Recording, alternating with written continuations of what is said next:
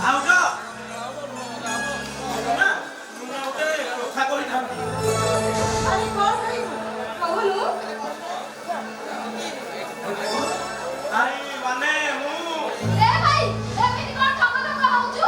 ଯାହା କହିବା କଥା ଭାଇ ଭାଉଜ ଟାଇମରେ କହିଦଉନୁ। ଭାଇ ମାନେ ମୁଁ ଆରେ କଣ ହେଇଛି କିରେ ସାନୁ? ଏ ଭାଇଆ କଥା କହିଲା ବୋଲେ ତୋ ମୁହଁରେ ଏମିତି ଗମଗମ ହୋଇ ଝାଳ ବୋହୁଛି କାହିଁ? ଭାଇ ମାନେ ମାନେ କଣ କହିବାର ଅଛି କୁହ? ଆରେ କହୁନୁ ଏମିତି ନାହିଁ ମାନେ ଏ ସାନୁ ଆରେ ଯାହା କହିବାର ଅଛି କୁହ।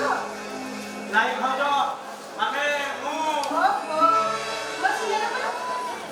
ଆରେ ବାବା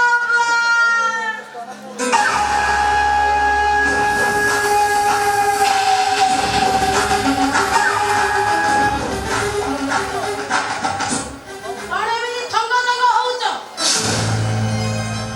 କଥା ଯଦି କହିପାରିଲ ତାହେଲେ ତମ କଥାଟା ମୁଁ କହିଦଉଛି। ତମେ କିଏ? ତମେ କଣ ଆମ ଘରକୁ ପଶି ଆସିଲ? ଆରେ ମୋ ପରିଚୟ ମୁଁ ପରେ ଦେବି। ଆଗ ସାନୁ କହୁଥିବା କଥାଟା ମୁଁ କହିଦିଏ। କଥା କେରେ ବୁଝୁ କାହିଁ? ସାନୁ ସହିତ ମୋ କୋର୍ଟ ମ୍ୟାରେଜ ସରିଯାଇଛି।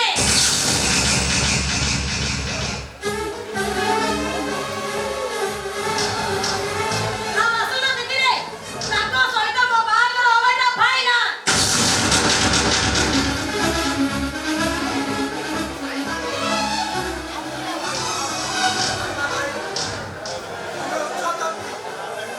ରାଜା ଘର ଝିଅ ଆମେ ତ ତୁମ ପରିବାରର ସଦସ୍ୟ। ଏ ବାହାଘର କେବେ ସମ୍ଭବ ନୁହଁ।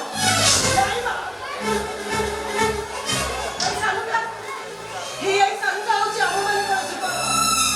ତାକୁ ପାଠଶାଠ ପଢ଼ାଇ ବଡ଼ ଡାକ୍ତର କରିବା ପାଇଁ ମୋ ସ୍ୱାମୀ ତାଙ୍କ ନିଜ ଜୀବନର ଖୁସିକୁ କମାଇ ତମେ ତାକୁ ଆମ ହାତରୁ ଅଲଗା କରିଦିଅନ୍ତୁ।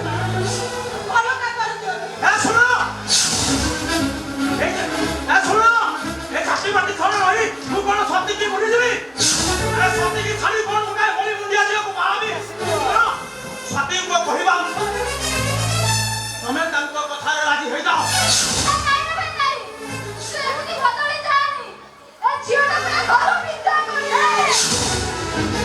ଦେଖ ଏ ଟେମ୍ପିକି ଟିକେ ଭଲ ଭାବରେ ଦେଖ କେମିତି ବଡ ବଡ ଭାଷଣ ମାରୁଛି।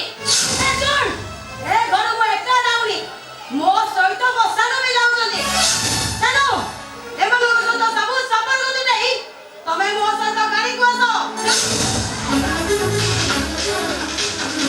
ଛୁଇଁନି ମତେ ଛୁଇଁଲେ ଏ ସନ୍ଧ୍ୟା